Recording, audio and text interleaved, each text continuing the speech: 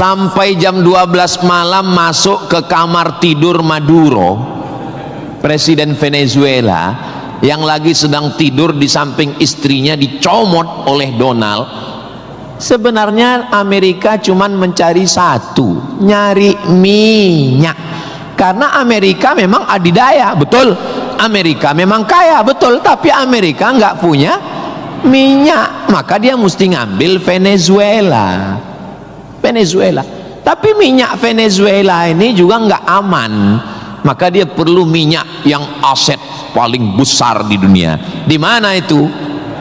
Iran. Itu enaknya ceramah di Unsri ini, nyambung. Bagaimana saya bilang Iran? Dulu nama presidennya Reza Pahlavi, bisa diatur oleh Amerika, tapi kemudian datanglah pemimpin spiritual namanya Ayatollah Khomeini tahun 79 tahun 80, maka semua perusahaan Eropa, Amerika stop, nggak boleh masuk. Akhirnya dia diembargo selama 46 tahun. Gimana cara dia bisa hidup 46 tahun? Jual minyaknya kemana? Amerika nggak mau beli minyaknya, Eropa juga nggak mau. Kenapa Iran tetap bisa tumbuh? Dia jualnya ke Rusia dan Cina. Ada ilmu khusus yang mengkaji ini. Ilmu apa namanya? Geopolitik. Geo dunia, politik. Jadi politiknya bukan antar pilkada kabupaten, tapi geopolitik dunia. Maka Ayatullah ini mesti digulingkan. Meninggal Ayatullah Ruhollah Khomeini, digantikan penerusnya namanya Ayatollah Ali Khamenei. Khamenei mesti dibunuh karena dialah pemimpin spiritual, maka diserang, akhirnya meninggal. Mereka lupa, Amerika lupa. Dia sangka kalau kepalanya dipotong ini mati. Mereka lupa bahwa Iran pernah berperang 8 tahun dengan Irak. Siapa yang membiayai Irak waktu itu menghantam Iran? Amerika. Siapa yang disuruh menghabisi? Saddam Hussein. Saddam bantai. Sebetulnya itu latihan perang. Maka ketika dihajar, menurut Donald Trump 4 hari saja untuk menyelesaikan Iran. Begitu 4 hari tidak selesai, dia ngajak genjatan senjata. Lalu apa jawab Iran? Kau yang memulai, kami yang mengakhiri. Begitu jantannya. Kalau mau ambil minyak Venezuela, tumbangkan Maduro. Kalau mau ambil minyak Irak, tumbangkan Saddam. Kalau mau ambil minyak Libya, tumbangkan Gaddafi. Maka Gaddafi tumbang, Saddam tumbang, Ayatollah tumbang, Maduro tumbang. Kalau mau ambil minyak Indonesia, nggak ada bawa-bawa Islam. Universitas Sriwijaya, tapi isinya sangat Islami. Mahasiswanya belajar di masjid, mahasiswanya dipisah laki-laki dan perempuan, yang laki-laki di depan, yang perempuan di belakang, sehingga yang mahasiswa nggak bisa melirik mahasiswi, dan mahasiswi pun hanya bisa melihat tengkuk mahasiswa. Jadi nggak akan ada istilah pacaran di dalam masjid, di luar kita nggak tahu. Mudah-mudahan Allah menjaga adik-adik semua. Bagi yang sudah daftar dan lulus belajar di Universitas Sriwijaya, ini nikmat yang terbesar. Syukuri dengan ucapan Alhamdulillahi Rabbil Alamin. Dan kita berterima kasih kepada orang yang mengajarkan kita cara bersyukur dengan berselawat untuknya. Allahumma sholli ala Sayyidina Muhammad wa ala ali Sayyidina Muhammad. Ini kampus luas sekali. Saya tadi dibawa dari sholat Masjid Polda pergi ke parkir helikopter, lalu saya sebenarnya mau cerita bahwa saya naik heli, itu aja sebetulnya.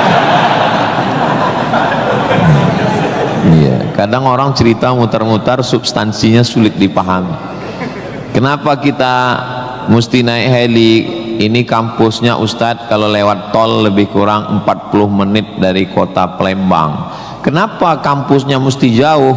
Ternyata di sini ada 700 hektar kampus yang begitu luas, dan di sini tidak hanya manusia, monyet pun jumpa tadi. Jadi kampus itu idealnya memang begitu. Jangan sampai fakultas pertanian nggak pernah megang tanah, beternak ikan di atas kertas. Fakultas peternakan, fakultas perikanan, tapi nggak pernah megang ikan, hanya presentasi makalah. Begitu lulus kerja jadi teller di bank, nggak nyambung. Maka di sini praktek. Tadi saya diberitahu oleh Bapak Ketua HIPMI, Ustadz Somad, ini tempat praktek pertanian.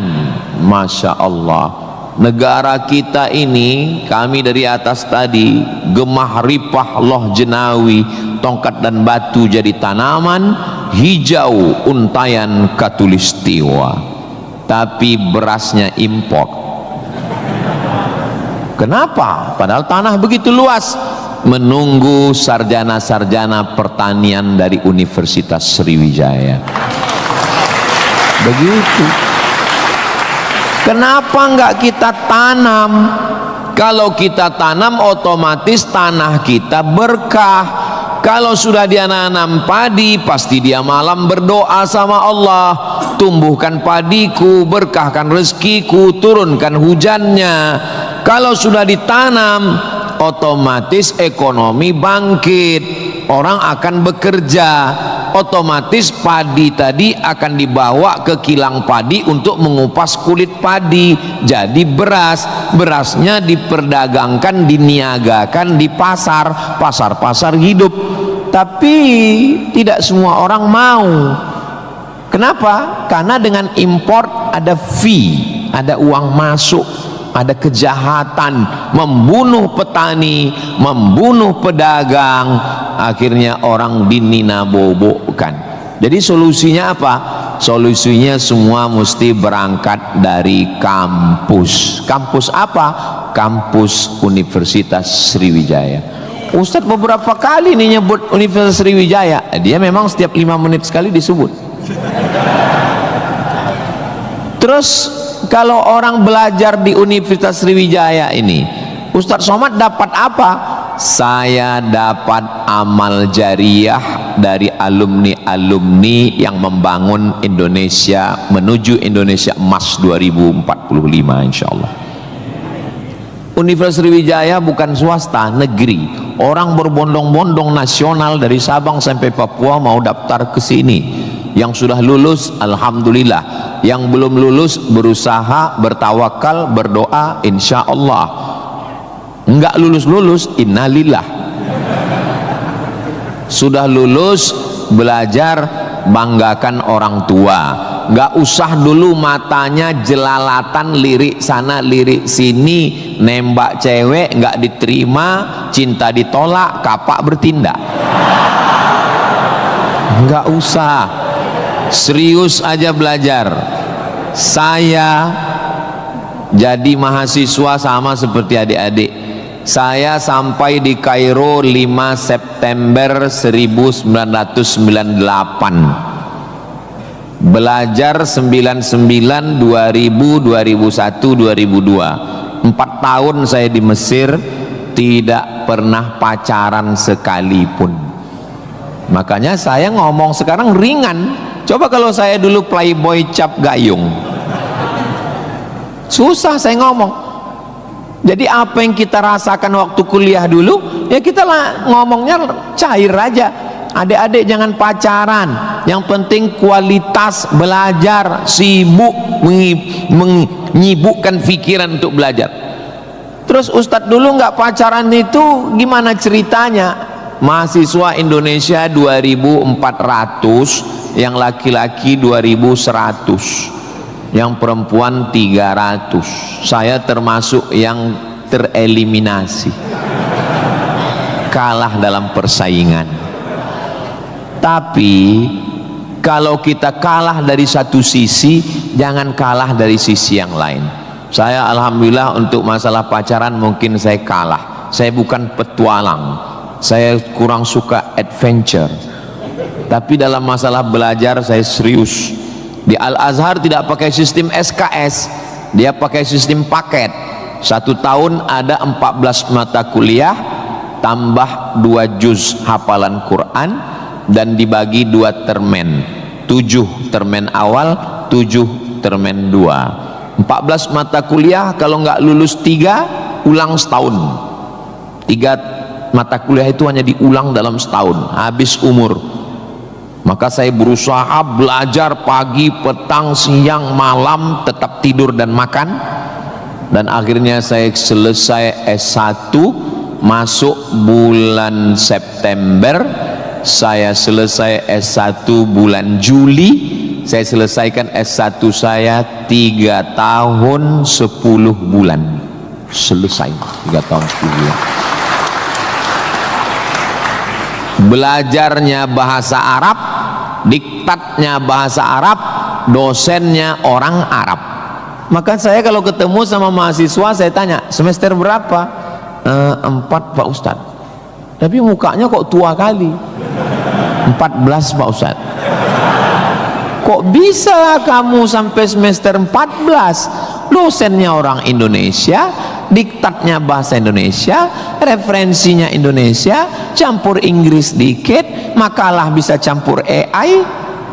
Kenapa kuliah bisa begitu lama?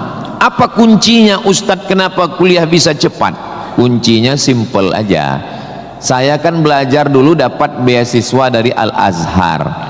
Al-Azhar itu kalau tidak naik tingkat setahun, beasiswanya potong 50%. Kalau nggak naik 2 tahun, putus. Kalau 3 tahun nggak naik, DO. Kalau sudah DO, tidak dikasih tiket pulang. Siap-siap membuat rakit dari Sungai Nil ke Sungai Siak. Jadi yang membuat saya serius belajar itu adalah karena takut nggak makan dan takut nggak dapat tiket pulang. Jadi saya juga terlalu muluk-muluk. Saya nggak berani juga menasihati adik-adik. Saya belajar serius karena takut kepada Allah. Dulu kita nggak begitu. Ya itu. Makanya kalau ada mahasiswa, Ustaz Somad, ya, tolong saya kasih tips biar supaya serius belajar dan nggak pacaran. Saya bilang, cewek itu mau sama kau karena kau berduit. Kalau kau nggak berduit, nggak ada cewek mau. Kalau ada juga cewek mau, kau nggak berduit, dia tetap mau. 2 kemungkinan. Pertama, memang kau bertuah. Yang kedua, cewek itu bodoh. Iya, kan bodoh itu. Udah jelas laki-laki nggak ada duit, mau juga dia. Pelet apa yang dia pakai? Dari semester 1 pacaran, semester 2 sampai KKN, bonceng sana bonceng sini, pergi sana pergi sini, pacaran 5 tahun, ditinggal pas lagi sayang-sayangnya. Mohon maaf, kalau ada mahasiswi yang mau pacaran sampai 5 tahun, itu sama seperti iklan roti, dibuka, dijilat, dicelupin, gak dimakan-makan. Kira-kira yang rugi cewek apa cowok?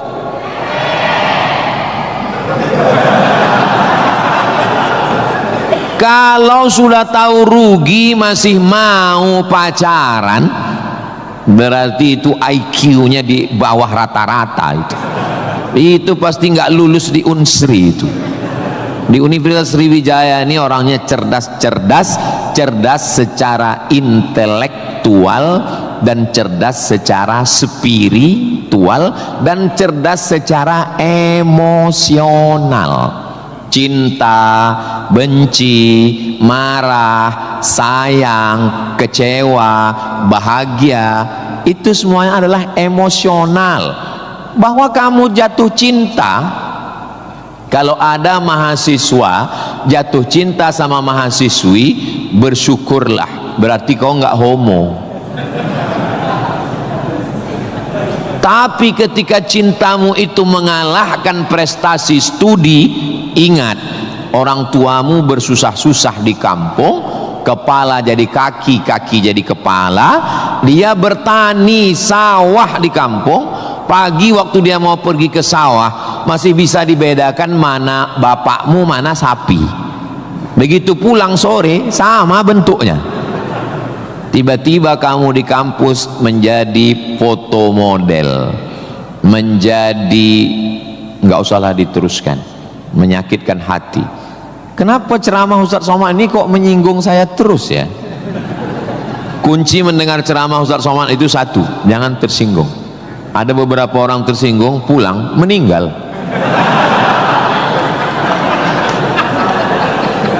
Saudaraku yang dimuliakan Allah, belajar ini seperti pakai kacamata kuda. Jadi waktu belajar dulu pakai kacamata kuda, jangan tengok kanan, jangan tengok kiri, fokus ke depan, tentukan arahmu, maka alam semesta akan membantu. Tentukan targetmu, mana last destination, stasiun terakhir yang mau ditarget mana.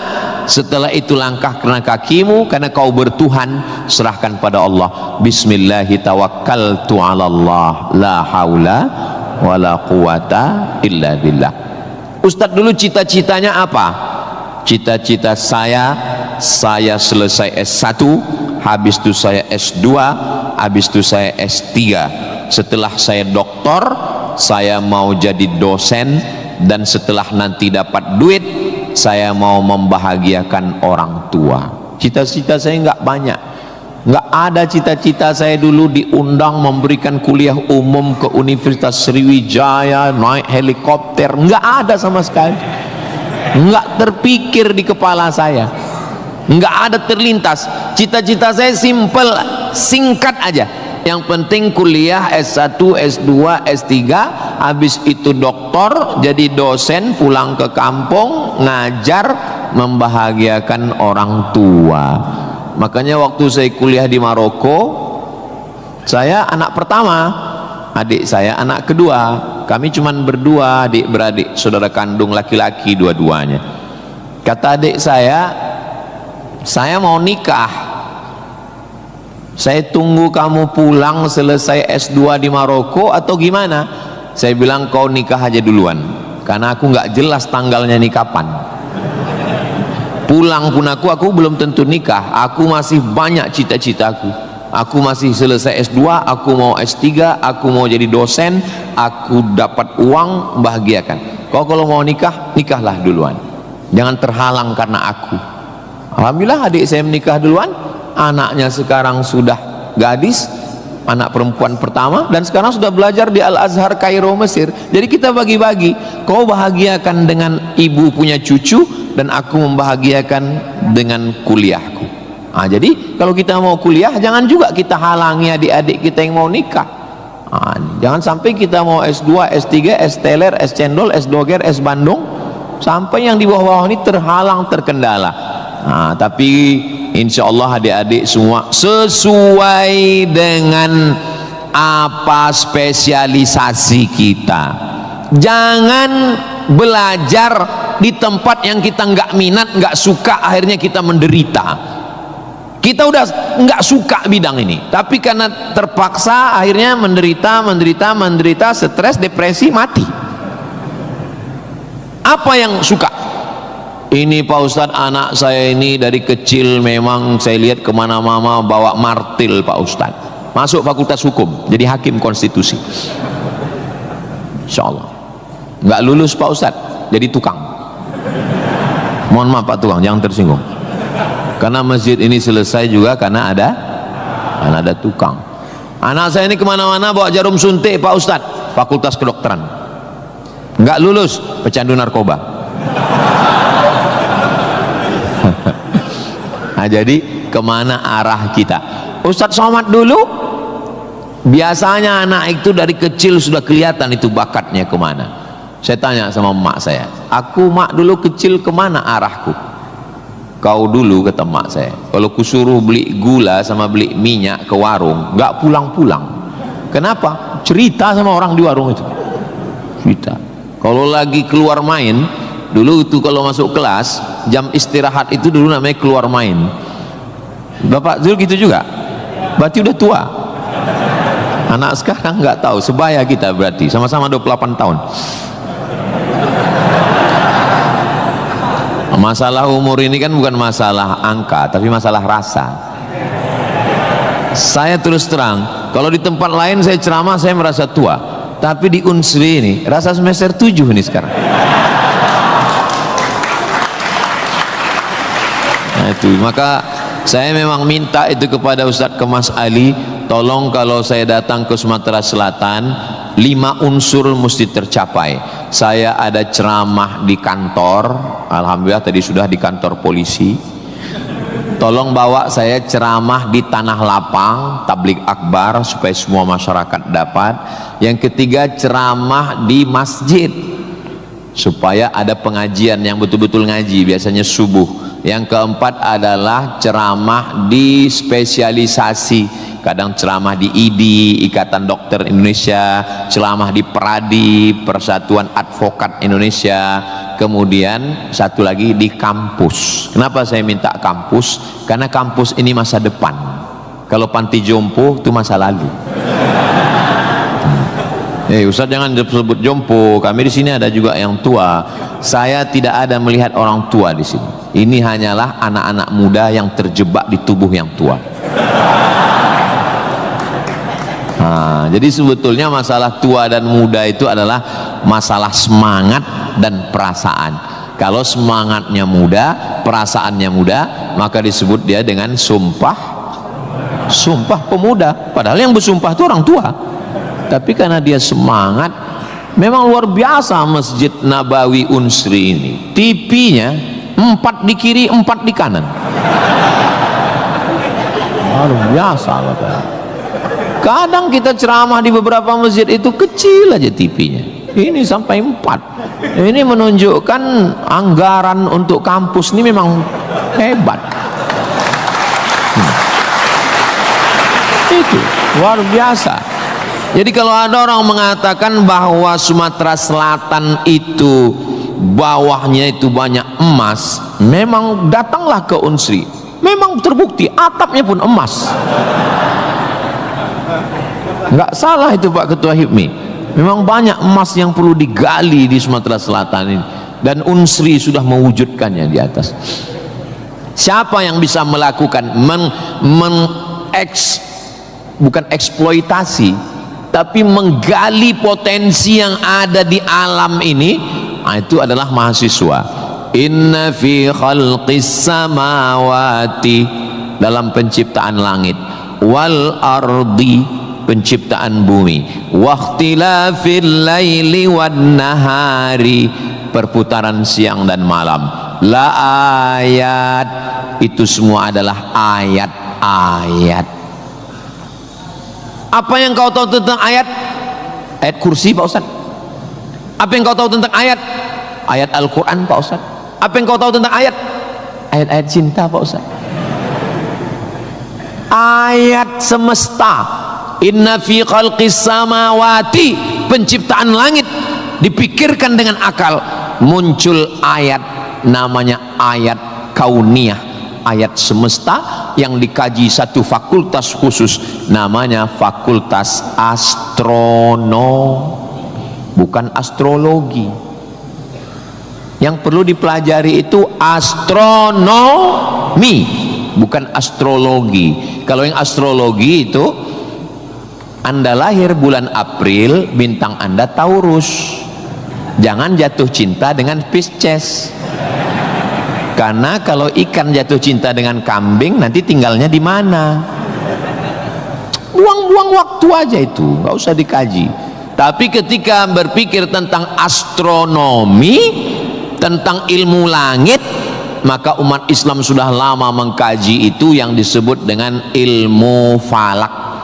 Ilmu falak itu yang dipakai oleh Badan Lembaga Hisab dan Ru'yah. Hisab artinya perhitungan, menghitung bagaimana tingginya matahari, bulan di atas ufuk. Kenapa terjadi persimpangan antara NU dengan Muhammadiyah tentang penetapan 1 Ramadan dan 1 Syawal? Itu berawal dari titik astronomi, karena menurut Muhammadiyah kalau sudah nampak 1 hilal walaupun dia tingginya 0,5 derajat atau 1 derajat, maka itu sudah dianggap sebagai hilal. Tapi menurut NU, Perti, Persis, Al-Wasliyah, Nahdlatul Ulama, maka mereka mensyaratkan sesuai syarat Mabim, Malaysia, Brunei, Indonesia, Singapura, mensyaratkan mesti 3 derajat. 3 derajat baru dianggap sebagai hilal. Kalau 1 belum dianggap sebagai hilal. Kata Muhammadiyah 1 pun hilal, kata NU 3 baru hilal. Akhirnya datang wakil presiden Indonesia namanya Bapak Yusuf Kala. Pak JK duduk dengan NU dan Muhammadiyah. Kata Pak JK, gimana kalau NU turunkan 1, Muhammadiyah naikkan 1? Karena beliau kan pengusaha, bisnismen, biar supaya ketemu titik temu. Ya nggak ketemu, karena ini metodologinya berbeda. Akhirnya karena nggak ketemu, itulah terjadi 2 perbedaan. Maka umat Islam di Indonesia dia saling menjaga perasaan masing-masing. Akhirnya masing-masing mengamalkan yang 1 dengan 1 derajatnya, dengan 0,2-nya, yang 1, dan nanti akan terulang lagi pada tanggal 20, pada tanggal 19 hari Kamis 19 Maret itu nanti satu Indonesia akan mengeluarkan teropong untuk melihat astronomi apakah nampak anak bulan atau tidak. Di Riau itu teropongnya dibeli dulu harganya 50 juta, sejak dibeli sampai sekarang nggak pernah nampak hilal. Ustaz kok tahu? Teman saya kebetulan salah satu yang bekerja di situ, dia pernah posting gambar di teropong. Saya tanya apa yang nampak, dibilangnya gaji 13 katanya. Nah, itu hanya bisa diselesaikan oleh astronomi, ilmunya, orangnya astronom. Inna fi khalqis samawati wal ardi, bumi, satu fakultas muncul namanya fakultas geologi. Geo bumi, logi ilmu, geologi ilmu bumi. Ternyata di dalam bumi ini ada batu bara. Di dalam bumi Sumatera Selatan ini batu bara. Ustaz tahu dari mana? Tadi waktu kami naik heli tadi. Ini nyebut heli ini 20 menit sekali harus diulang. Waktu kami tadi naik itu di Sungai Musi, di bawah banyak sekali kapal-kapal membawa batu bara. Batu bara itu di dalam tanah, tapi kalau di Sumatera Utara di atas tanah. Abdul Somad batu bara. Di dalamnya ada nikel, di dalamnya ada minyak, di dalamnya ada emas, di dalamnya ada fosfat, di dalam ada gas, banyak sekali.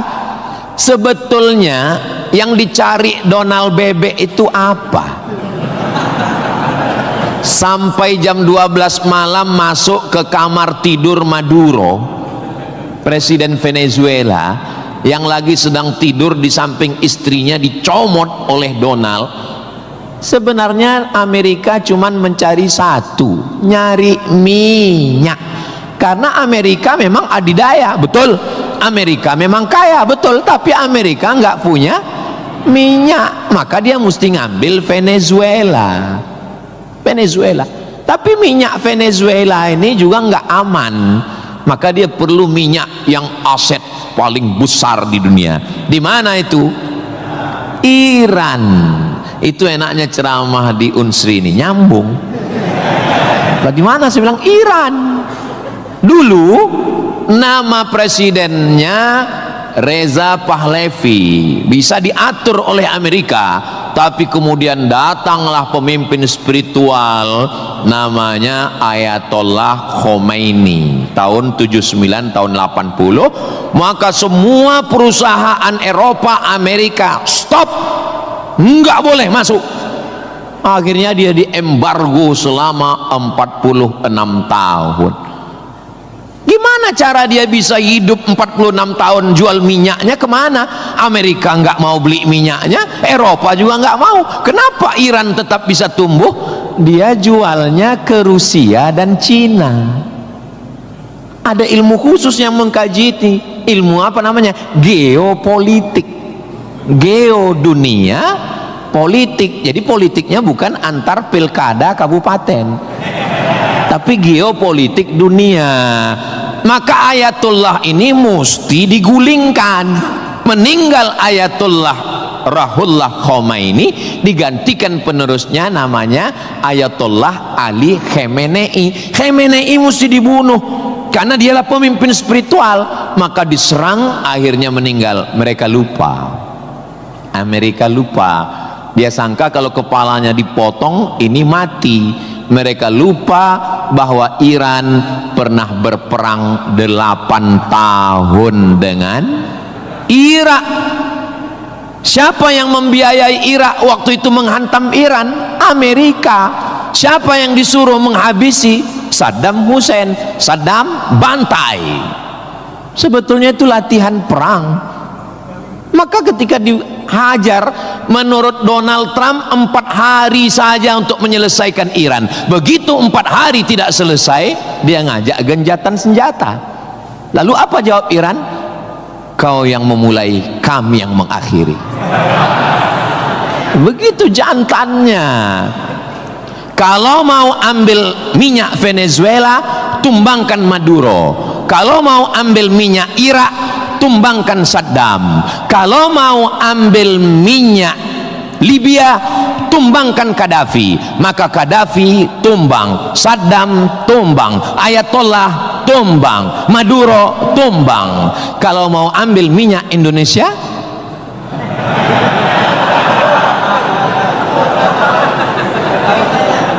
saudaraku yang dimuliakan Allah Subhanahu wa ta'ala, itulah hebatnya.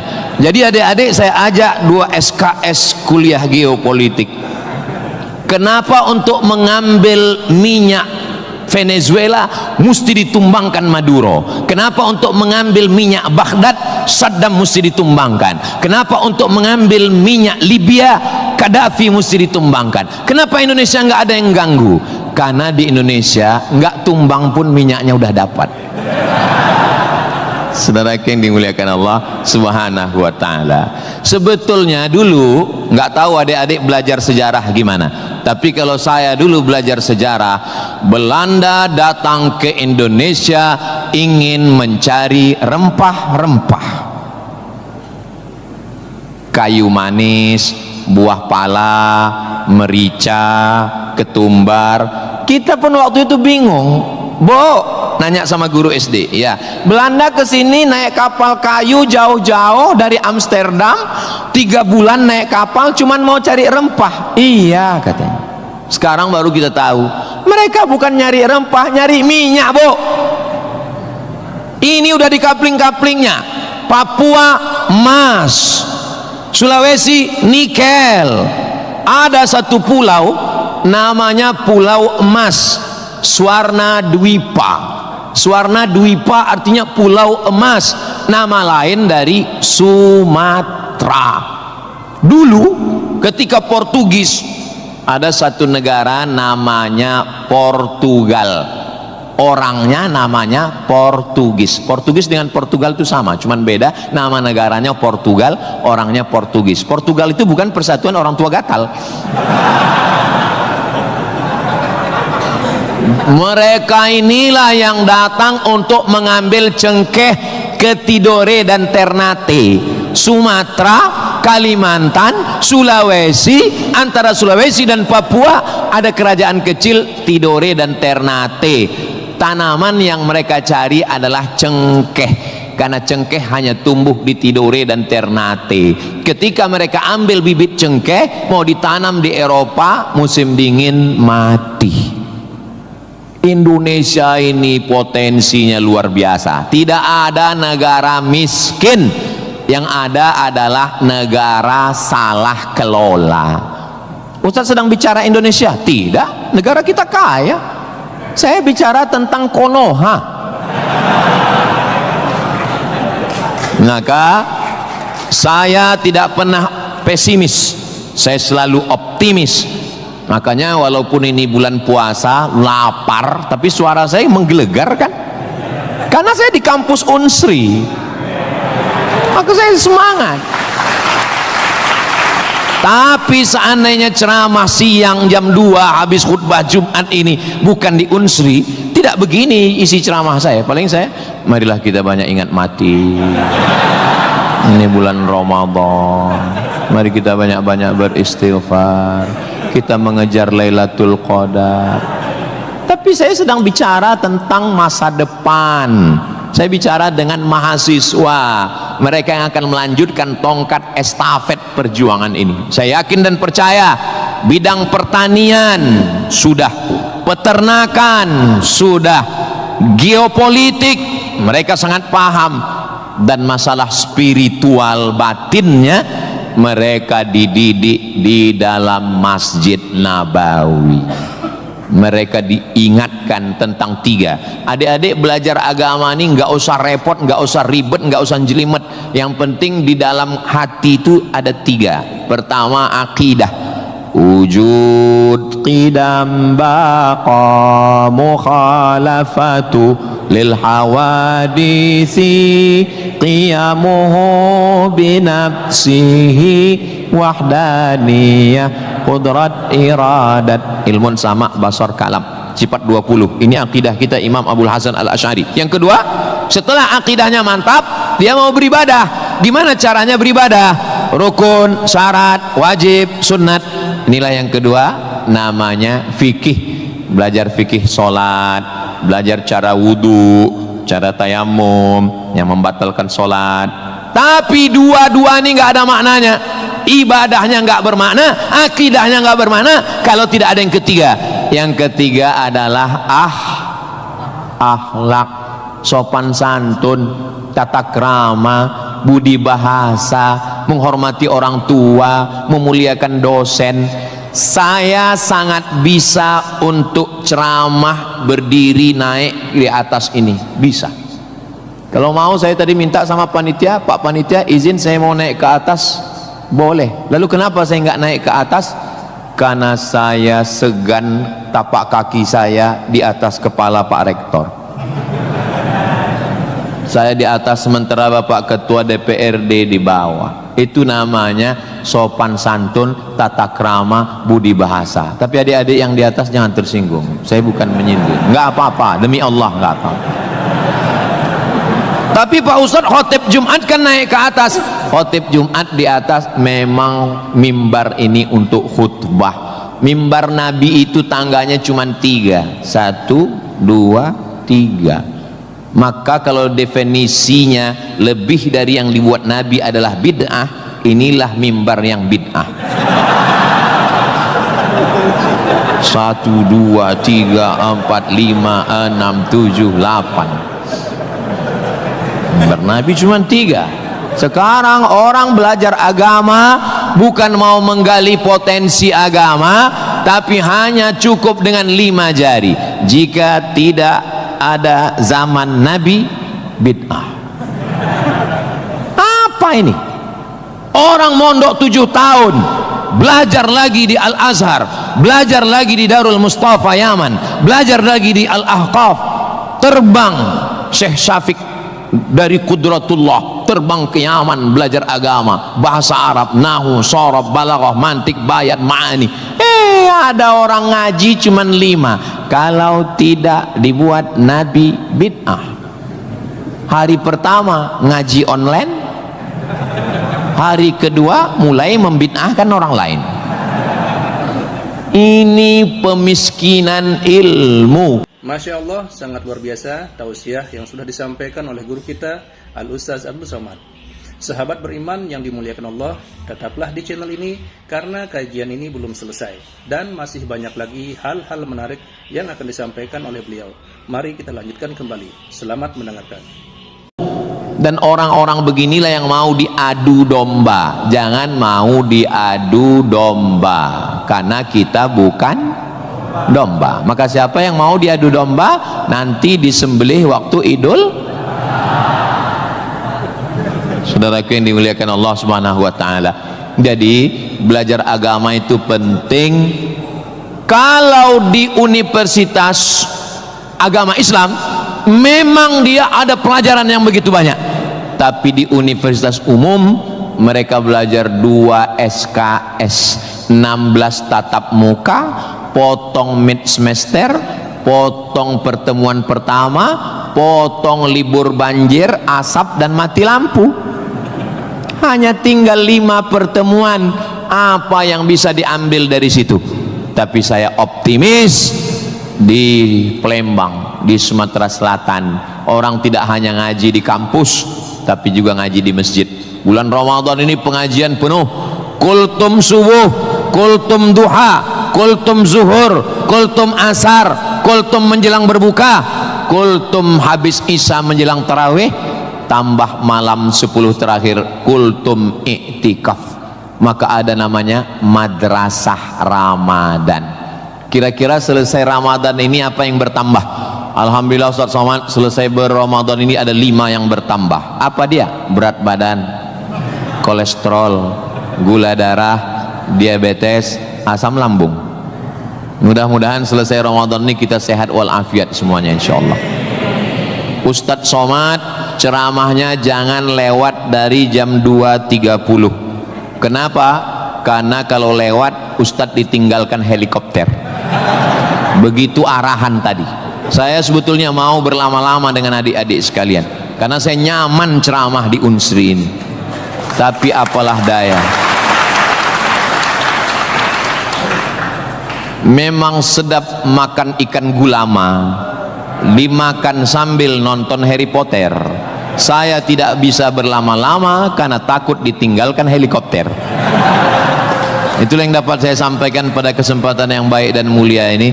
Adapun tepuk tangan yang kurang semangat saya maklum karena lapar semuanya. Kepada Bapak Rektor dan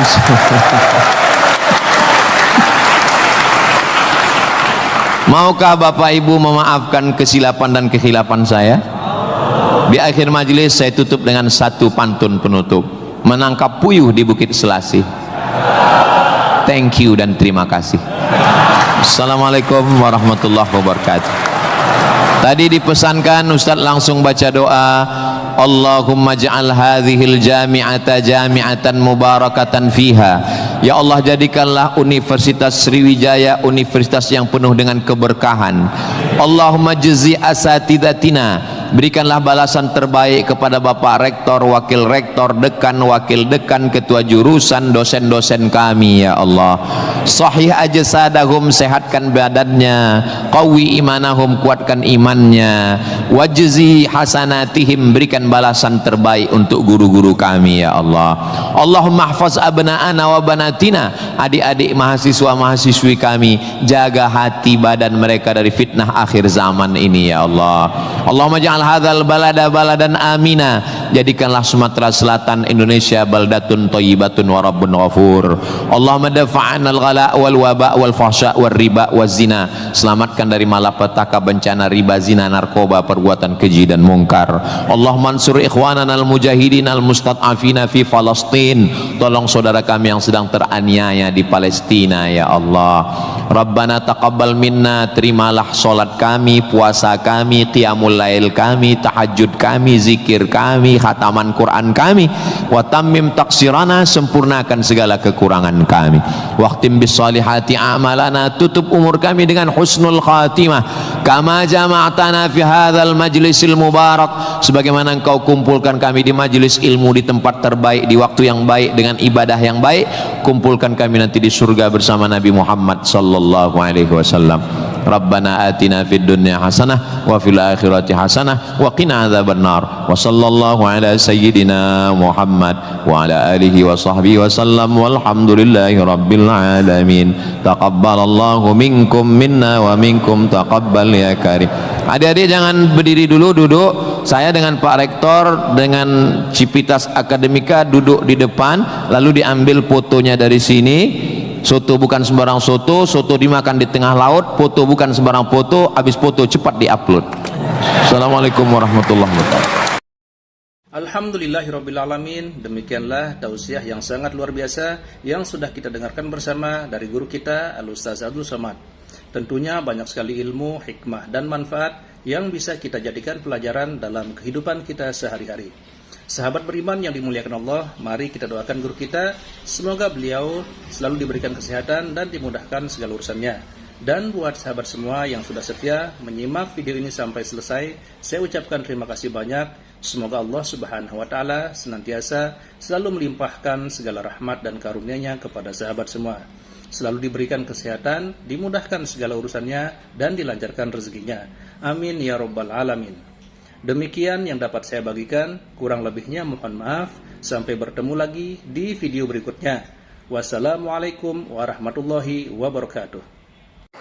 Setelah kita mendengarkan bersama tausiah yang sangat luar biasa dari guru kita Al-Ustaz Abdul Somad, sekarang mari kita lanjutkan aktivitas kita masing-masing. Semoga apa yang sudah disampaikan oleh beliau bisa menjadi ilmu yang bermanfaat dalam kehidupan kita sehari-hari. Selamat beraktivitas buat sahabat semua dan sukses selalu. Sampai bertemu lagi di video Ar-Razzaq 313 berikutnya. Wabillahi taufiq wal hidayah. Wassalamualaikum warahmatullahi wabarakatuh.